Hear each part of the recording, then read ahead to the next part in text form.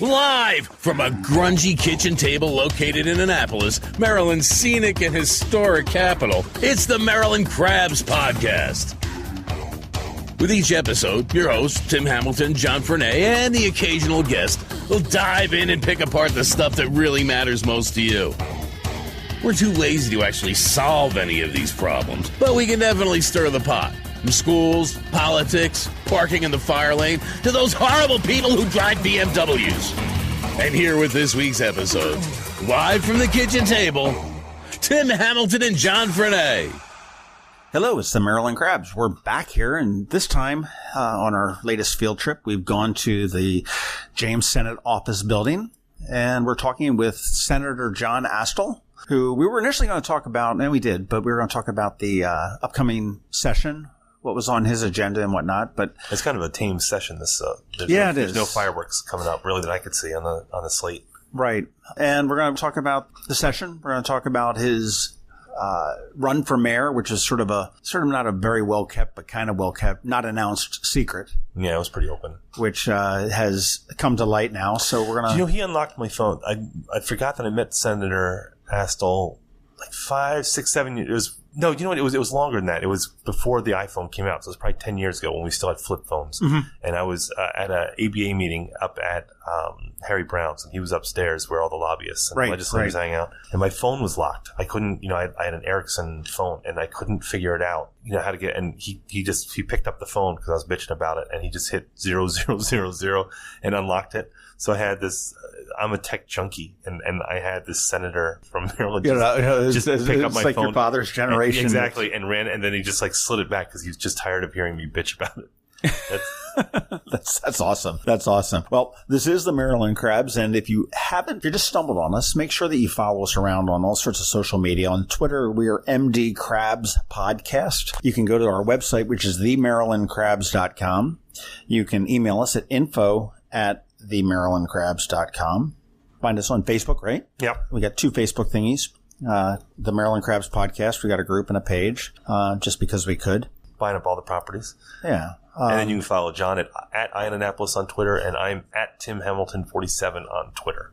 But yeah, this is proving to be an interesting political year. I mean, you've got the Governor Hogan, which we talked to a couple of weeks ago, has a couple things that he's forcing through. He's forcing through the minimum, the sick leave bill. He's got the boost, which is additional monies for the students in as far as grants for underperforming students. And then his big thing is the roadkill bill, where he wants to. He had a bill that was vetoed, and he's pushing it back through again to eliminate the need for highways too. So those are really the only contentious things, because Governor Hogan has had some incredible popularity. Yeah, I don't even think that the medical leave is that contentious, because we'd said this before, it's a Democratic issue. He's just kind of picked up on it, so I don't think that's going to be a problem with that one. I mean, we're not in an election year for the state. That's still 2 years away. So I think this session is going to be fairly... It's fairly tame, I think. Yeah, fairly tame. A lot of rubber stamping, a lot of, sort of backslapping. And I think you're going to see a lot of bipartisan cooperation, except for a few things that'll be strange. But we can talk to Senator Astle about that. And I'm very curious to see what's going to happen as we move on to the city election. That's going to be the fun one. And it's really interesting, because you got Gavin Buckley, who just had his official campaign announcement. And his fundraiser, on Sunday night. And that was very well attended. Looks like he has a very good show of support. I mean, he's had some good ideas. We spoke with Gavin. If you haven't heard Gavin, we spoke with him, last fall. So go back and take a listen to the Gavin Buckley. It's called Australians on the Barbie or something, something like that. But you know what? I was thinking about this when we were talking about the mayoral election there, because there was an article in the Capitol about the three-way race right now. Well, it's not technically a three-way; it's just you have 3 candidates. But the senator and Gavin are both going to run as Democrats, so they have to clear the primary. But you look at the Ward 1, just kind of the womb of candidates. Is that when was the last time that we've had a mayoral candidate that hasn't come out of? I mean, even Moyer was 8, but that's close enough to downtown. Right. But Josh was 8 and 2. Right. So my concern when we look at the mayoral candidates is that there's such a focus on downtown, and it continues even when you and I talk about business, and we said this in one of our first couple episodes. When we talk about business, we're really talking about downtown business. Mm-hmm. We're not talking about Chinkapin. We're not talking about West Street or Outer West Street. We're not talking about Forest Drive.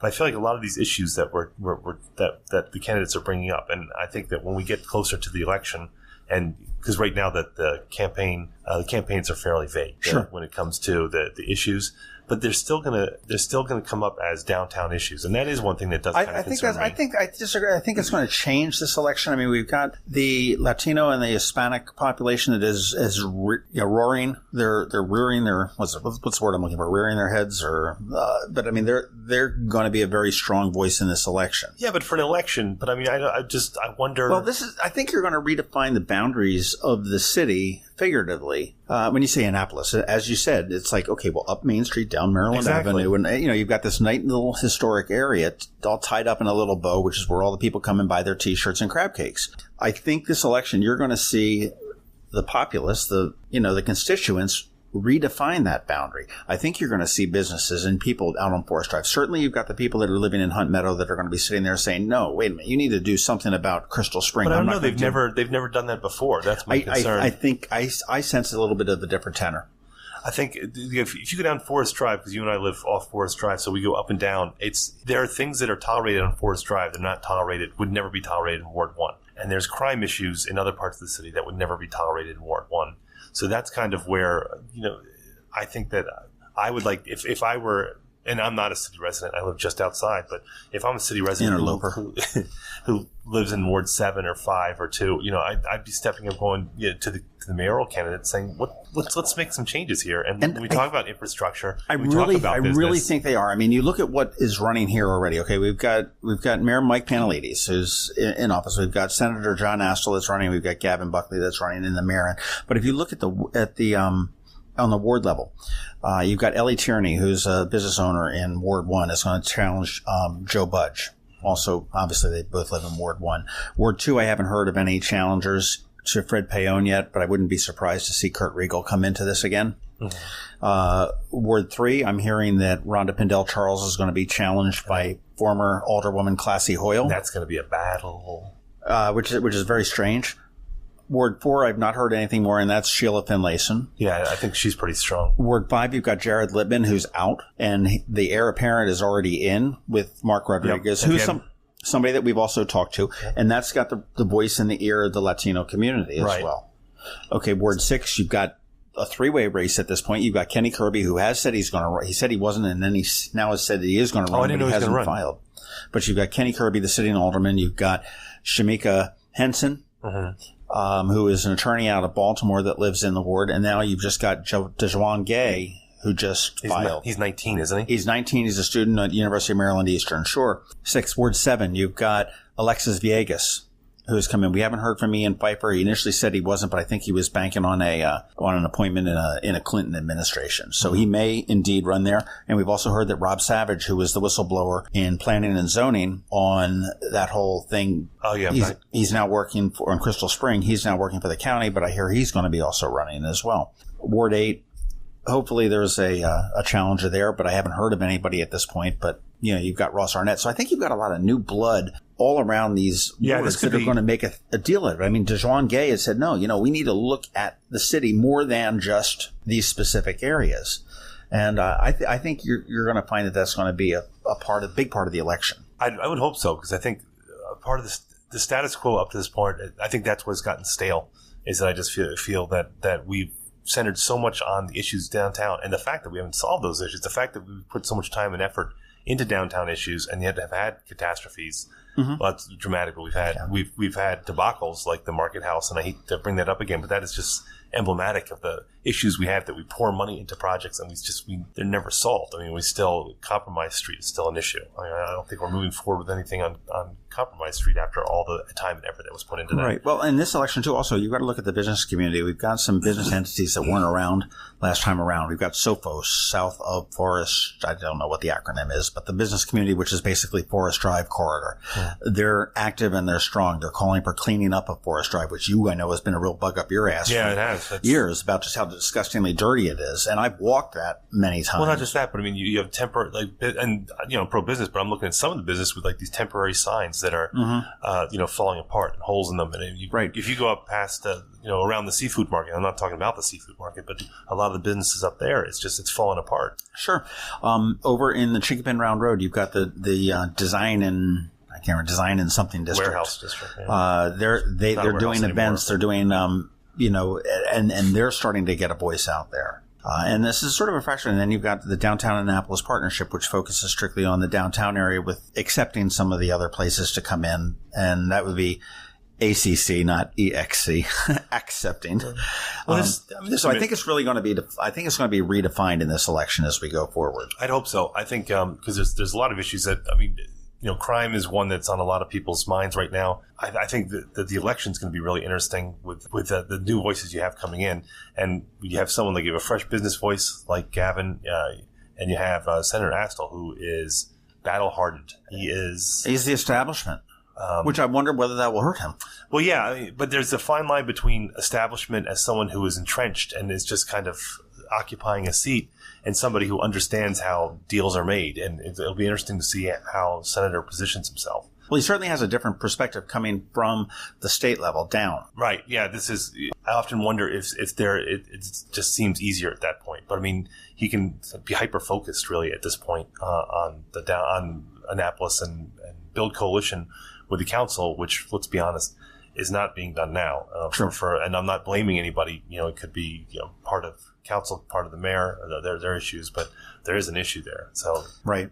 Well, it'll be interesting. I'll tell you. Well, why don't we get to it and talk to Senator Astle? Let's get him in here.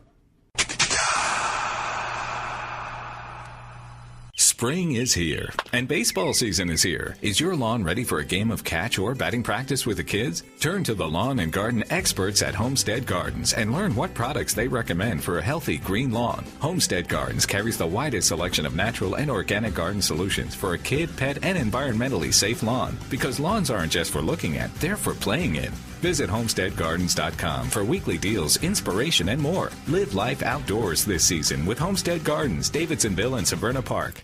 If you don't like huge draft beer selections, don't go to Union Jack's. If you're not looking for an incredible menu and dozens of screens to catch your favorite teams, I repeat, do not go to Union Jack's. Not into darts and pool? Good. Live music not your thing? Perfect. Bottom line, if you are not interested in the best dining and bar experience in Annapolis, avoid Union Jack's. But if this all sounds totally friggin' awesome to you, visit Union Jack's in Annapolis, just across from Whole Foods in the Annapolis Town Center. Union Jack's, not your old-style pub. Well, we're back here, and we're fortunate enough to be talking to Senator John Astle, who has been in the state legislature for 34 years? 35 years. You got it corrected. He's came into the House of Delegates back in 1983, and he's currently serving as the state senator for District 30, which covers is it all Anne Arundel County? No, I've got City of Annapolis, a little piece of the Broad Neck across the Naval Academy Bridge. That funny zip code. Yeah. That funny zip code that's right over there. And then I go South County all the way to Calvert County. Okay. So geographically, it's a larger district. But remember, they're done by population. And right. So that's a more sparsely populated area down there. So it's larger, but... Right. Well, I was reading a little bit about you. I mean, you're West Virginia. Were you rooting for Maryland or Marshall in the Military Bowl a couple of years ago? Marshall. That's my school. Ironically, my parents are both from Maryland. Okay. And they met while they were students at the University of Maryland. They graduated in, I think it was 1937, and got married. And my father took a job in West Virginia. And by virtue of his employment, I was born, raised, and educated in West Virginia. Well, how did you get to Annapolis? My senior year, a good friend of mine, a guy named Gene Cox, I don't know you, he eventually got into broadcasting and was the anchorman for a TV station in Richmond. But Gene was teaching. He'd graduated in June of 65, and so this was September of 65, and he called me one evening and he said, "John, you got to get over here. There are more women in this town than I've ever seen in my life." And at that point, I was age competitive with the midshipmen, so I came over. And he was right, and that's where I discovered Annapolis. And then eventually, I was just back from Viet Nam, and I met my wife in a bar Here? in Annapolis. Yep, she's a native. What bar? It's gone now. It was called the Red Coach. It was over on King George Street. Okay. So, but she graduated from Annapolis High, and she graduated from Towson, and she was teaching school here in Anne Arundel County, and taught until, 45 years, I think, altogether, before she finally said, I'm done. I'm going to retire. And then we raised 2 boys on Fleet Street, one of whom went to the Naval Academy. Right, now the Red Coach, was that the bar? Now, I heard that you were first talked into running for mayor back in 1981. Yeah, no, that was at Harry Brown's where that occurred. Yeah, I'm sensing a theme here that all these life decisions come out of a bar. Well, they say that's where you get smarter and better looking. That's true. But the decision to marry Jane was we're working on 46 years together, so it's worked out. Right, absolutely. And then my youngest son went to Clemson and unfortunately was killed in an automobile accident right after he graduated. So we lost him. Yeah, it's not an easy thing to deal with. It's one of the hardest things I've ever had to deal with in my entire life. I don't think you ever get over that. I don't think you do. Yeah, it's been almost 20 years now, and it's still a painful memory. Well, I mean, it's somewhat unusual. I mean, your life seems to have come full circle. You came into Annapolis, you got into the legislature, or you toyed with the idea of running with mayor. You got into the legislature. You've had I actually ran that first year. Right. You ran for mayor, and I lost by 243 votes to Dick Hillman. Okay. You still know the number exactly? Absolutely. That's a number you never forget. But you know what? In hindsight, it was the best thing because the following year I ran for the legislature, and now I'm in my 35th session.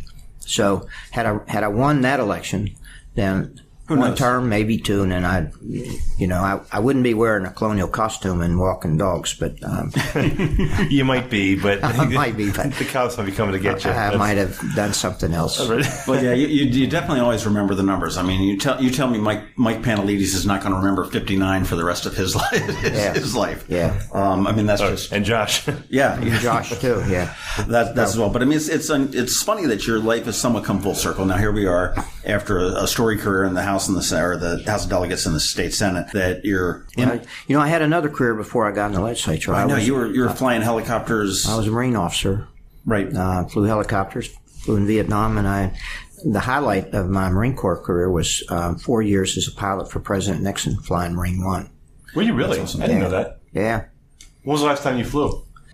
We were flying medevacs, right? After that. After that, yeah. Well, I flew for 6 years for the Baltimore City Police Department, and then after I got elected, I had to leave the police department, and I got a job with MedStar flying medevac, and I did that until I turned 65.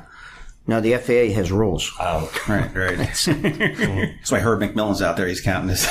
Yeah, till he hits 65, and then he'll rake in that retirement. How was flying the presidential helicopter?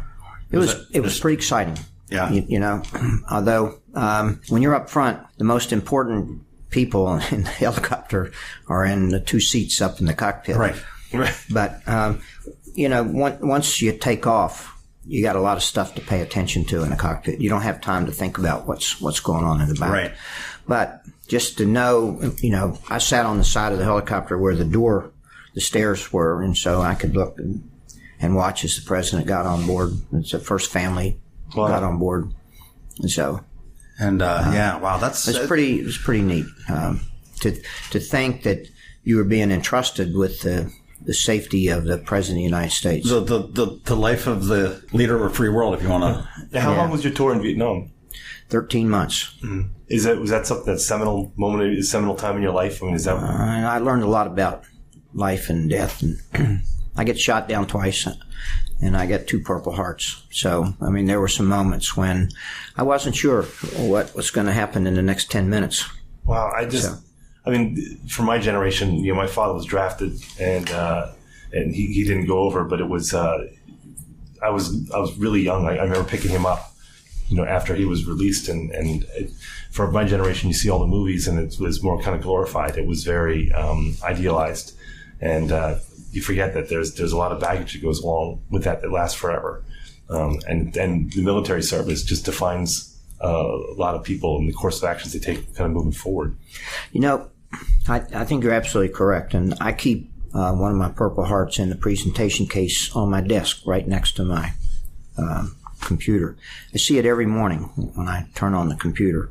And it reminds me that there are some important things that we do here, but there are a lot of things that aren't. And so it's really helped me keep my perspective as I've looked at various issues. Well, it's strange to me. It's something that our generation doesn't have. I mean, I wasn't the age when we were at war or anything like that. My father served in World War II in the Pacific, and he's just now at 92 coming to terms with sort of talking about it. I mean, it was always like, yeah, I was in the Marines, I enlisted and came back and went to school on GI Bill, and that was just sort of where it ended. But now he's coming to terms and being able to do it. So I mean, there's just so much that's there. I guess it's been 3 years ago now. I put in a piece of legislation which designated March 30th as Welcome Home Viet Nam Veterans Day. Once I introduced the bill, every other member of the Senate wanted to get on it. And then the House said, well, we want our bill. So there was one introduced in the House, and every single member of the House got on it. And then it was passed. The governor signed it into law on March 30th. And that year we had an event at the Lowe's Hotel, and we had 400 or 500 people. Last year, we were up by the airport. We had over 800 people. They finally had to close the door. There wasn't room. Wow. And now this year we're going to go to that I forget what it's called, that place in Greenbelt where they have events. All right. Whatever that place is. But for your generation, it was such a defining thing. It was, and I think what John's point is that we don't really have that defining. I mean, the Gulf War, the first Gulf War. It's history. I mean, my children are going to recognize 9/11 as ancient history. Well, yeah, but I mean, even the previous generation was World War II, and then for the baby boomers it was Vietnam, and for Gen X and what, there's really there's nothing. There's no definitive sort of. Is that probably one of the bills that you've sponsored that you're most proud of? Yeah, I am. Is that because unequivocally, or what it's done is begin to promote healing? Now, you talked about your father's at 92 is just beginning to open up. What we discovered in that first event was there were guys that came that had never talked about Vietnam to their families. Some of them came with family members. And then we heard people saying, wow, my father's now starting to talk. Because these guys were talking with each other while we were there at that event. And I was watching something the other day about post-traumatic stress disorder and the problems it's causing. And I asked my wife, how did I survive that? Why did I not suffer from that? And her opinion was... You didn't. You went into politics. But I spent 5 years after I came back from Vietnam on active duty in the Marines. Mm-hmm. And I was working every day with guys that I'd served with in Vietnam. And we told those stories over... So it's cathartic. And over again. And I think we worked it through. We came back to Earth during that 5 years. And so. Whereas someone coming out of the service and they go right back into civilian life. Yeah, that's tough. There's no decompression. You were in the reserve, Marine Reserves. After I did 10 years and then I got out and I stayed active in the reserves and I retired as a full colonel after 30 years. That's amazing. Now you enlisted in the Marines, correct? I did, and initially I enlisted right out of high school in the reserves. Okay. And I went to Parris Island and Camp Lejeune, then I came home. I have to tell you a story. I love stories. Stories are great. We're podcasters. This works out well then. I'd been back 4 months in the reserves, back in Huntington. I'd gotten into school at Marshall. Mm-hmm. And all the other privates that I'd come back with had been promoted to private first class, and I was still a private.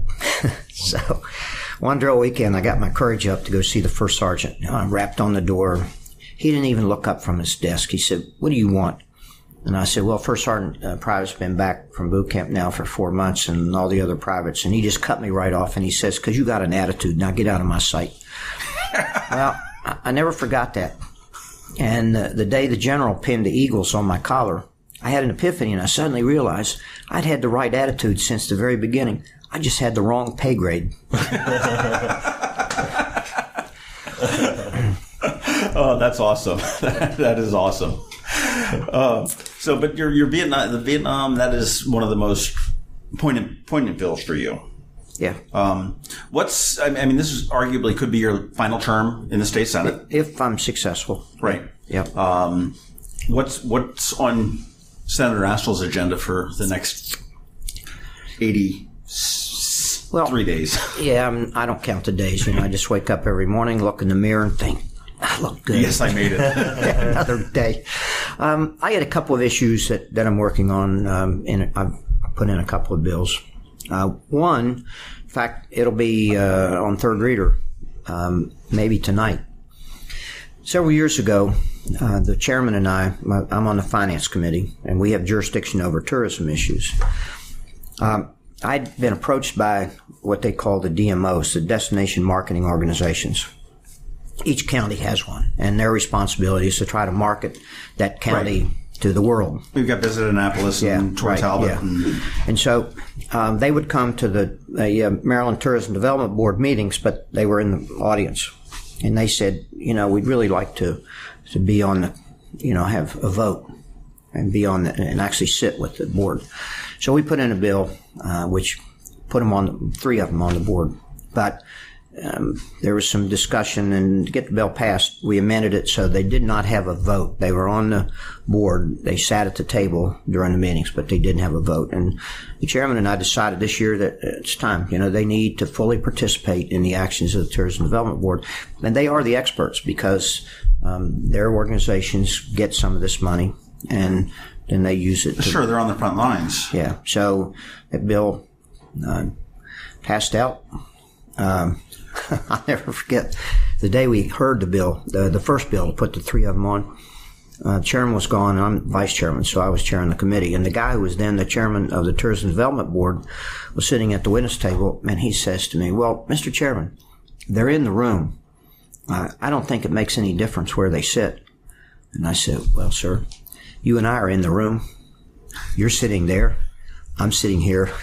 I submit it makes a difference." And there goes that right attitude and wrong pay grade again. One more time. So it worked. The one bill I did, which really has benefited Maryland tourism, because I believe that tourism is really one of the big industries in Maryland. Oh, it's huge. And we need to promote Maryland. We have everything. We don't have to build infrastructure. It's here. We just have to market. McDonald's, I don't know how many billion the hamburgers they've sold, but they still market. And Burger King still markets. So Maryland has to market. So I put in a bill which requires at the end of each fiscal year the comptroller to measure business codes that relate to tourism, like hotel tax. And so he gets a pretty good picture of what it looks like in that industry. In the first year, and I forget, it was like 87, I think, was when I introduced it. But when it became effective, that was the baseline. And then it was measured every year after that, and anything over a 5% increase over that, the governor had the ability to take some of that overage and put it back into tourism marketing. And so it's made a difference, and we've really done some good things in promoting Maryland to the world. How's Governor Hogan been? I mean, you guys are on opposite sides of the table, but that's sort of a blurry table. And I'm pretty much a moderate. I'm not hewing to the extremes of either side.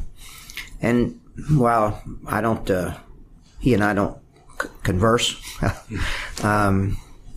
think, he's doing an incredible job with the popularity by just rating some around 70%. So even in Baltimore, we were pointing that out. We actually spoke with him right before Christmas. And government keeps rolling on regardless. The one thing I think is sort of an unusual dichotomy that you're seeing is that if on the federal level right now, we've just elected a Republican president who has just absolutely dismal approval ratings, perhaps the most unpopular, and you've heard it said it's the most unpopular president we've elected in certainly modern times, which was a total surprise to the electorate. On the state level, we've got a Republican governor in a Democratic state, which has incredibly high approval ratings, both among Democrats, Republicans, Independents, all across the board, who was a surprise win to the electorate.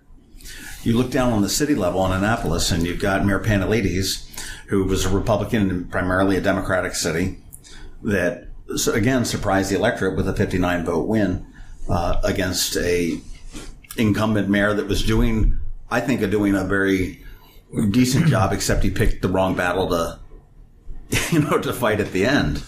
Which was not the wrong battle to pick. It was just it happened to be the wrong person. It was the unpopular. It was on the unpopular battle to pick, and there was. I've observed this same phenomenon in Maryland, in Annapolis. Now, you look back to Governor Glenn Denning. Mm-hmm. Governor Glenn Denning, when at the end of his term of office, he tried to get his lieutenant governor elected. She was not a good candidate. No, right. And we got Bob Ehrlich. So one term he was out. We got O'Malley. At the end of his term, he tried to get his lieutenant governor elected. Bad candidate. There's a moral to the story. Either they're bad candidates or lieutenant governors can't get elected. And well, I think the former, not the latter. Anyway, we got Larry Hogan. And then you look at the national level. Obama was going to, I think Hillary had been anointed. She was going to be the candidate. Was not a particularly good candidate. And we got Trump. Yeah. I think, and I've talked with some of my colleagues here in the Democratic Party, that the Democrats have stopped listening to the people.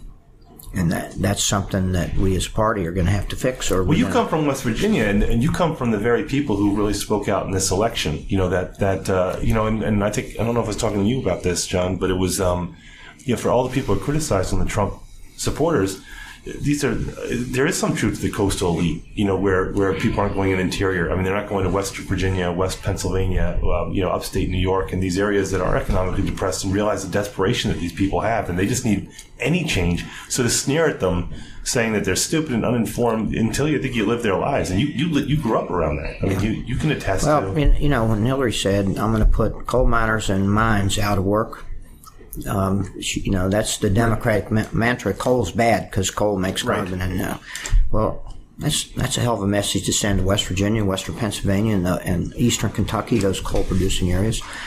Which were decimated in the 70s anyway. Yeah. And they were, when I was growing up, West Virginia was a Democratic state. You had to be a Democrat to get elected, but that's all changed now. So right, it's interesting, but. You talked about, you mentioned in the Capitol did an article when you first said you were going to be running for mayor of Annapolis, how the city has been mismanaged. Where specifically do you find, I've got my ideas, I'm just kind of curious. Well, let me give you a current idea. The flag at City Dock was ripped and torn, and, somebody in the city should have caught that. That's a no-brainer. You pass by that 100 times a day. It's a no-brainer, but I'm not sure the mayor passed by it, and I'm not sure he's out and about. I hear he's not seen often. The flag's a sacred symbol of our nation. I've seen it on the caskets of too many of my friends. So anyway, somebody brought it to the attention, and the city fixed it. Well, yeah, the Capitol did a piece on that yesterday too. Yeah, have you walked up Main Street lately? Yeah, we were just talking about that before you came in. Especially during the rain yesterday. There was two ruts there was a river going down Main Street and two ruts. Well, it needs to be fixed. And I'm not sure that's been managed very well from City Hall. Well, from my point of view, I think the mayor is, he's got a war chest, as I'm sure you probably have a little bit more than Gavin Buckley does at this point. Well, I'm just saying. You've carried over. But the mayor, I thought. If you'd asked me 6 months ago, I would have said Mike Pantelides probably had a shoe-in because he strictly hasn't screwed up. There's been nothing that he has turned around and screwed up. Josh picked that fight with 110 compromise. It was the wrong fight to pick in Crystal Spring, but Mike has booted Crystal Springs down. Now there's a new. By the way, and I got to say that again. In retrospect, it was the wrong fight to pick, but at the time, it was the right fight, but it was the wrong time. But again, but now I'm sitting here looking, and I've heard Gavin Buckley talk about. He's got a very pro-business. He's got very pro-arts, which I think are very vibrant things that we do need in this city. I think I've been an advocate for businesses in the city for years and years, and that it needs to get robust. I mean, you've been a resident of the city for decades. Over 40 years. A representative of the city for... And I live downtown. I mean, in the heart of the historic district. Right. You hold court every morning at the coffee shop. City Dock Coffee. I mean, what are you hearing from your... the people that you're talking to every morning? I listened this morning to what Gavin had to say at his kickoff party, and one of the things he said, we don't need any more T-shirt shops or those kinds of things. We need things that will attract people. Well, part of the problem we have is we don't have as many residents downtown as we used to have, and one of the things that I would propose, and I did this a couple years ago with the city. A low interest revolving fund, a loan fund that would allow building owners in downtown to sprinkle their buildings. There used to be apartments over all those stores downtown, and then the fire marshal came in and said, "Can't have residents here if you're not sprinkled." And the building owner said, "Well, we're not going to pay to get this sprinkled." So we need to have more people that actually live downtown and need those services, like Rookie's Market that used to be downtown. True, Stevens Hardware. And Stevens Hardware. But if you don't have residents that can walk. There's no need for it. Hence the need for another T-shirt. Also, shop. I think, and this is where you get a delicate balance. When you think of Ward 1, you think of well-heeled people who live in Murray Hill and Nob Hill, but you're not thinking about the people working the bars or working the restaurants, and those are the people who would live downtown. I think that's the mix we're missing. Well, because the people, and let's be honest, the people who live in Ward 1 aren't really that fond of the businesses that are there because they're a lot. I'm stereotyping, but they see it as a tourist trap. Well, not just that, but also it's loud and it's noisy and you get the things coming out. I'm going to divide Ward 1 by Duke of Gloucester Street, and I live on the east side of Duke of Gloucester. That's where all the bars and restaurants are. I live as close to your ground zero as far as the bars go, as anybody's concerned, and it hasn't been a problem for us.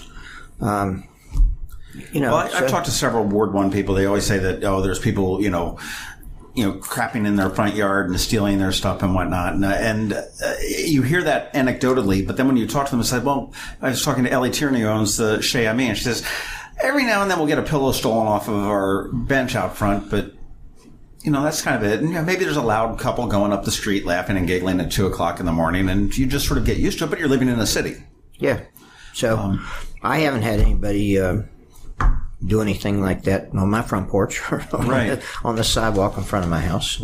So, and there are people, and we used to sleep with the windows open until my wife made me get air conditioning. She said the summer was just too hot to sleep in there. It is Maryland, yeah. And I said, well, it builds character, and she wasn't buying character. So, but part of what is done in downtown, the tax on the alcohol, the tax on sales, we get a little bit of that back. Although I just got an email from the former mayor, Moyer, who says we're not getting enough. It goes to the state, county, doesn't come back to the city. So, well, that's something for another day. Yeah, we've talked about this a few times, that really the only revenue the city gets is from property tax and from fees. So, and we always said that, because we've gone on about the way the businesses have been kind of neglected by for a long time, is that because it doesn't matter if a business is thriving or not, because as long as the property taxes are being paid on a building, the city really doesn't have a dog in the fight as far as a business succeeding. Well, they should. I mean, they should have a dog in the fight. I mean, because you want a vibrant downtown community. One of the things that I think needs to be changed is the permitting process within the cities. Absolutely. It's got to be dealt with. And that's something that we hear time and time again. We've heard that it's just that's the biggest complaint. The businesses, they come, they look, and they leave. I spoke with the general contractor of Morton's when they were here, and he said he built 60 of them worldwide. He says he's never met a more dysfunctional city. I heard the same thing when they opened that Hell Point Seafood. They said that they've opened restaurants all over the East Coast, and they said that they've never had the obstructionism. And what happens, because I ran into this, I actually had a restaurant at the Annapolis Mall back in 83. You're trying to get your business started. You got your startup capital, And then the permitting process drags on, and then pretty soon you're ready to open, and you've used up your operating capital. Right. And it's not Manhattan. This is a small town. It should be. Great Paws is a good example. They used to be out in West Annapolis. They moved over to the Eastport Shopping Center because their business was booming. They were expanding. The city had some kind of crazy water thing because of the water, so they needed to get a new water main or something there. And it ended up, what they thought was going to be $25,000 ended up being $125,000. Ended up getting their capital to expand and everything else. They didn't get open. They lasted 3 months. They closed, and I just saw a foreclosure notice on their, or not a foreclosure, but a rent thing on there that they're behind on the rent for. So they've skipped out and closed, which is, I mean, obviously that's something the business probably needs to do. But if I were the mayor, see, I would use the Marine Corps model. Every Monday morning at 8:00, there'd be a department head meeting where I would go around the table and say, "What do you got going this week? And do you need any assistance from anybody else in any of the other departments?" And the same with everybody around the table. And then the next Monday, did you get done what you said you were going to get done? I don't think there's any accountability to any of the department heads. They're sort of operating on their own. Now, they're good people, but, even good people from time to time need some direction. Well, there's a sense of complacency for sure. Well, there's also bureaucracy in place that is way too big for a town this small. Well, and that's another thing I would tackle. Do you think, you're perceived as, part of the establishment, if you will. You're not... Well, that's what Gavin says. I'm part of the establishment. Mayor Pantelides was 30 when he started his life. Do you think your age or your establishment entrenchment is a pro, a con? Will it be a problem? There are going to be some people that aren't going to vote for me because they think, sure, I'm part of the establishment. I remember this was, 3 elections ago. I was running against this young guy, and at one of the candidate forums, he stood up and he said, "Senator Astle is simply too old and too tired for this job." And I was watching the audience, and there were more people over 50 than there were under 30, and that remark just didn't carry. But look, I still run the Annapolis 10-mile race. I've got my vitality, and right. I got white hair. Of course, you do too. Yeah. So that doesn't mean we're old, because I think that's a state of mind. If you allow yourself to think you're old. So, I've been in office for a long time, and some people would say I'm part of the establishment. But I understand that you're successful if you listen. I don't have all the ideas, but I know how to listen, and I know how to get things done. Well, also there's also the advantage to that is that you understand how budgetary processes work, and looking at Annapolis, I think the budget this year is, $103 million? I think it's $110 million. Yeah. Is it that much? I think the after. Well, no. So that's the next budget. So last year was 103. So it's now it's 110. So it's gone up like $3 million per year for the last. Here's something that a lot of people don't, I think, realize: that we have a weak mayor, strong council form of city government. Sure. So the mayor is really the chairman of the council, and to be really effective, the mayor needs to get 5 votes. Terry Smith that did that tongue-in-cheek article about the mayoral race. Did you see that? Terry Smith. Yeah. Anyway, it was in the Capitol. Oh, about how the variety of candidates makes it enriches it would the make city. an interesting race. But he told me that one of the things that Pantelides said to him was his hardest job is getting 5 votes. Well, I've spoken with the council members along the way, and even just recently. He doesn't speak to the council members. I've chaired committees. If you want to I've heard that as well. That he's very distant. If you want to be successful as a chairman, you got to talk to the members of the committee, and make sure that build a coalition. Build a coalition. Get your votes. When I was the chairman of the House delegation, I never put a bill up for a vote until I knew where all the votes were. Right. It was a done deal. Yeah, but to get those, I had to work the committee. I worked the delegation, talk to people face to face. See what their concerns were, and then, maybe we can amend this to take care of your concerns. Well, you certainly didn't do, 30 some odd years in the legislature by not talking to people. I guess that's sort of a given there. Life's about relationships. That's the bottom line. So, what does your candidacy look like moving forward? Well, right now I've got a couple issues that I got to resolve because I'm in the Senate, and I'm working on that. I have not yet filed. You've got till July for that. I mean, you can finish this session of this. I can finish the session, but I'd like to get on the street before then. But, right. So I get these issues worked out. One of the things I want to do a poll, because I want to see what people really think about the issues and what are the issues, and then based on that, you put together a platform that will address those issues. And I will tell you this, maybe I'm wrong, but part of being successful in this game is personality. Oh, without a doubt. I mean, I have said for a long time that running for mayor of Annapolis or council is more of a beauty contest, not necessarily on beauty, but I mean, than anything else. That's why John hasn't run for anything. Yeah. Okay. But no, it's getting out there. It's a personality. It's, being approachable, and whatnot, as opposed to a standoff. I totally agree with that. Yeah. And you got to get out and knock on doors. I mean, in the 14 election, I was out knocking on doors all over South County. You can't be afraid to roll up your sleeves. And you're going to hear it. And arguably, that's why Mike won. One of the big reasons. But I mean, he did work the doors, and he was in all the neighborhoods last time. I remember you say you don't always get a good response. I was down in South County knocking doors, and I see this guy underneath a pickup truck. And he had an NRA sticker, and I thought, yeah, this is my kind of guy here. So I went over and I leaned down and said, hey. So he's on those, what they call them, those little roller things. The dolly, you creeper. Yeah. So he comes out, he said, what do you want? I said, well, I'm John Astle, and I'm running for the Senate of Maryland. He said, are you a Democrat or Republican? I said, well, I'm a life member of the NRA. I didn't ask you that. Are you a Democrat or Republican? I said, well, I'm a Democrat. He said, well, you get your stuff and get off my property. So I said to myself, well, I guess I'm not getting that vote. So you ran into my father-in-law, did you? You knew exactly where he stood. Do you think City Hall's going to have enough room for all of your deadheads? They're gone. The deadheads are residing in Western Maryland now. Are they? Yep. Are you still hunting? Oh yeah. I mean, I'm probably not ever going to go back to Africa again. But I was on the Eastern Shore this year, opening a deer season. I got two.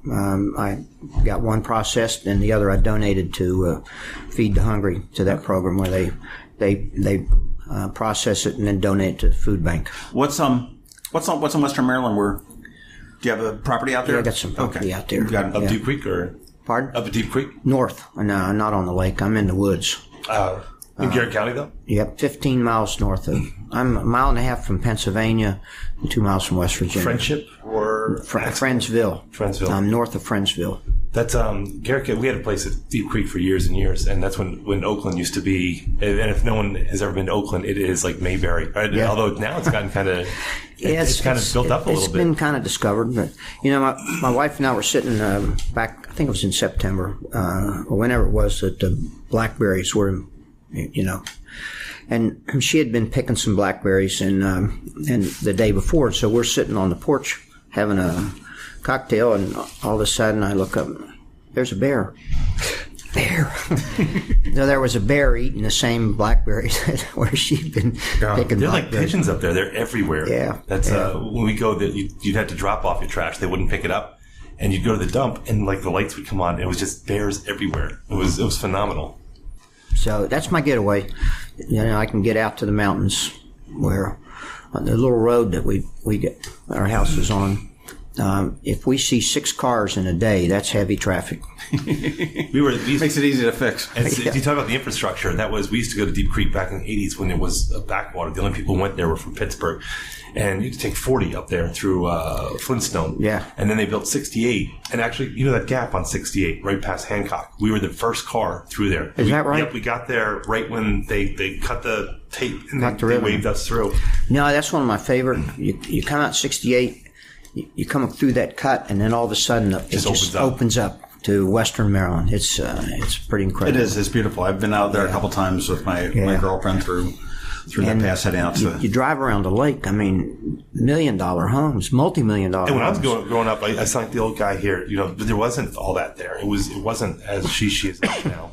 But I mean, it's really built up. I mean, people from Maryland discovered it. Mm-hmm. It's beautiful. But it's still a big Pittsburgh getaway. But, well, you can't You can't get Baltimore television out there. No, it's all Pittsburgh. Yeah, that's essentially part of Pittsburgh up there. And then I guess the folks were really disappointed the Steelers lost last night. So yeah, that's glorious. Sure. That was a tough game, man. It wasn't a tough game. I don't follow that football, basketball, baseball. Well, I'll tell you, thank you very much for your time. I don't want to take any more. I know we've had about a half hour. We've sort of overstayed your welcome. Real quick, do you think Governor Hogan's got a second term ahead of him? Looking at the numbers now, I would say yes. Yeah. Okay. And I don't see a Democrat that's got that sort of strength out. I've not seen anybody on the horizon there. Thought I've seen. I know there are a couple of county executives now that would like to run when the time comes, but. And what about your Senate seat? If you're successful in running for mayor, that would be an appointed position, right? Be appointed. Yeah, the Central Committee would make a recommendation, and the governor. Right, and obviously under input with you. I'm hearing Sarah Elfreth. Is that? No, Sarah, she has another vision for herself, and I've talked to her. Yeah. I talked to her about it, but she's looking in another direction. I know she's looking at county council. She's someone to watch, too. Yeah, she's been working really hard. One of the problems that I think she would have in a Senate election, we got A and B. A is Annapolis. She'd probably win Annapolis. B, she probably couldn't. I couldn't win B after being, I was 32 years in office when I ran in 14, and I lost every precinct in Senate B. Just it's a tough place. Right. So. It's interesting. Who's the up and comer in the whole area Democratic Party? Would you think? Who do we need to keep our eye on? I'd say Sarah. I mean, the people that I've been watching here, she's one of the best. I mean, she's working hard. She's got a vision. She's bright, but she knows that she's got to do the groundwork, and she's been doing that. President of the District 30 Democratic Club. She got herself as a vice president of the Ward 1 Residents Association. Right. She's just done a lot of those things that put her on the skyline, and she's done a good job. Is your former opponent, Don Quinn, involved at all? I saw him yesterday at the march. I was one of the speakers at the march yesterday. Don came up to me and asked him how he was doing and what he was doing. He said he's in law school. Oh. And he's looking, maybe would like to run in 2020. Okay. Of course, regardless of what happens, I won't be in office in 2020. I can tell you. Well, that's great. Well, thank you very much for your time. We'll let you get back to the session today. The work of the people. Right. The work of the people. There you go. And we'll go grab lunch. What's that? We're not going to do any work of the people. We'll just grab lunch. No, we're going to chicken roost. I heard Ted Levitt just put up a sign for Trump and Pence for the sandwiches. On the sandwich? On the sandwich board. But he did not have one for Obama and Biden. Oh, really? What's the sandwich? I don't know. I got to go see. Bologna. My first sandwich was a hot dog wrapped in bologna. I mean, what a sandwich for a politician. Now, was that something that you actually enjoyed? Oh, yeah, it's kind of neat. And now my sandwich is a hot roast beef, open-faced hot roast beef with French fries. I think I've had that before. And gravy. Something I'd have gotten in West Virginia. That's true. Well, thank you very, very much. Have a great day. I appreciate it. And we will talk with you soon. All right. Well, thanks, Senator. I enjoyed it. Thanks. In 2015, Anne Arundel Medical Center had to transfer more than 1,100 mental health patients to a mental health facility outside of this area for care because the facilities they needed do not exist in our own community. These patients and families are our friends, loved ones, and co-workers, and they deserve better. Join Anne Arundel Medical Center and presenting sponsor M&T Bank on Saturday, April 29th in Annapolis at AAMC's Denim and Diamonds Bash. Denim and Diamonds is a wonderful evening under the stars, featuring fabulous cuisine, gourmet food trucks, silent auction, and dancing, all to support expanding mental health care in our community. It's an evening of great fun, but it's not just a party. For tickets and sponsorship, visit aamcdenimanddiamonds.org. Well, there you go. different perspective. He's intimidating a little bit. I tower over him. I'm like a foot taller, and he still kind of spooks me a little. That's a military presence. When you got a 72-year-old guy that's in much better shape than you. I know. They can kick your ass. He can kick my ass. Yeah, he could actually. But he was talking about how he does that 10-miler. I'm like, I get tired after driving 10 miles. There's no way. Yeah. Well, I love that one story. He says, he said I had the right attitude, just the wrong pay grade. But one thing that really sort of came across to me with speaking with the senator was that, as you mentioned going into this, that he's not necessarily the establishment. It's hard. It's funny. As occupying. I mean, I love the idea of him sitting down on Monday morning and saying, okay, what are you going to do? What do you need? Well, I lived that life for 10 years where I worked for someone that we had meetings once a week. And it was that thing where you sat around and he pointed at department heads and said, where are you? What do you have going on? And then where were you? Where are you compared to what you said you had last week? And I'm telling you, when you were in the hot seat, this is genuine. I dreaded those meetings, but looking back, they were so important to the health of the company. And that's the reason our company got where they were, is because there was accountability. And there's one thing that when, he's pointing at you and saying, why didn't you get this done? And you have everyone staring at you, just like glad they're not you. You didn't want to be in that position again. And then trust me, that's something if he brings that, and I'm sure, we were actually waiting in his office for him to come join us, and I heard him kind of barking out the staff. I mean, right. Not unkindly, but there was I was a little intimidated. You know exactly who was in charge and what it was. And I think a very important point that he made too is that the current mayor really hasn't gone very far. He doesn't have the consensus of the council, and how he's a weak mayor, and that's not to him personally. It's just the way the system is structured. And with a weak mayor, you've got to have the consensus of the council to get anything done. And Mike Pantelides has said that to the Capitol and any number of people times. Says, it's going to be tough to get the 5 votes. How many times have we talked to Alderman Littman who said, I don't have the 5 votes. You just, you need those. Right. I said, I think Senator Astle has, had years and years, decades of getting those votes in the House of Delegates and the Senate. I think it's sort of like when you sit down, when you talk about developers and you say that with a capital D, and you're like, the developers who come in, and you picture like these guys sitting in a conference room with cigars and kind of laughing and cackling. Yeah. But then you meet someone who's like, you're like, oh, you're actually a pretty nice guy. You're just a regular guy. And I feel that same when you talk about the establishment. You're saying, oh, these career politicians, the establishment. But then you sit down and you're like, actually, you're a nice guy and you're pretty sharp. I think it's easier to talk about these people in the abstract until you get to talk to them one-on-one. And,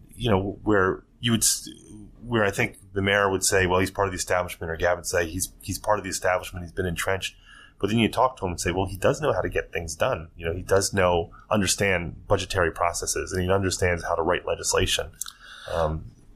There's nothing wrong inherently with the establishment. No, I mean, I get swept up in that too. Where you talk about career politicians, and I think you do have those cases. I do think that's going to be his strongest obstacle to overcome, though.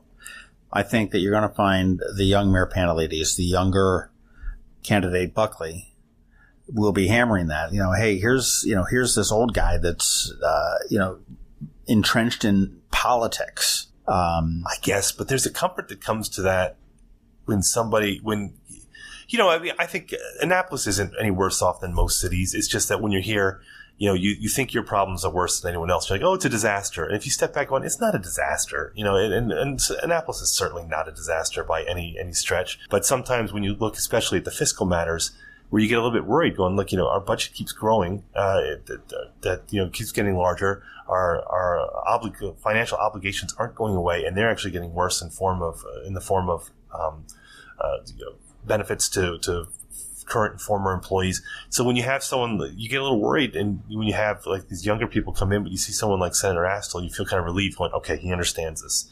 He can bring this under control. Because again, I think he'll bring up some stuff with infrastructure, like we just talked about, and and some other issues that he sees. But I think it's important to realize that we're certainly no worse off than any other city. Our crime's not out of control.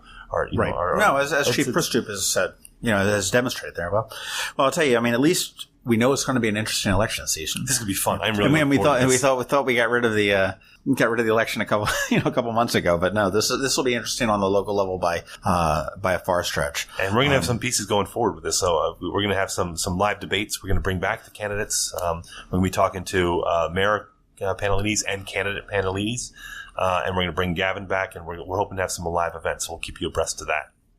Right, and we're going to also talk to the aldermen that are running, the people Absolutely. that are running, and we're going to be fairly heavy on the Annapolis politics scene this year, since it is the only election, and then look for us to be heavy again the following year when we get the governor's election, the statewide governor election as well. Right. So anyway, that was Senator Astle. And you can find us at themarylandcrabs.com on the web, and subscribe to us on iTunes and Google Play. Be sure to give us a review and a rating if you're so inclined. Our ratings are, I think we're at like 18 or 20 5-star ratings right now, because we have a lot of relatives apparently. You find us at the Maryland Crabs on Facebook page. We have a Facebook group for the Maryland Crabs. You can find us at MD Crabs Podcast on Twitter. You find John at Ian Annapolis on Twitter, and I'm at Tim Hamilton 47 at Twitter. And very good, you got them all. I know. Wait, hold up. And info at themarylandcrabs.com. Boom, nailed it. Till next week. I'm not gonna say another word because I'm gonna screw it up. Word. This has been the Maryland Crabs Podcast with Tim Hamilton and John Fernay. Sure to follow them at all the regular places: Facebook, Twitter, YouTube, and online at themarylandcrabs.com. Take a moment to rate us on iTunes. Now, get the hell out of my kitchen. Seriously, go! You're still here? It's over. Go home.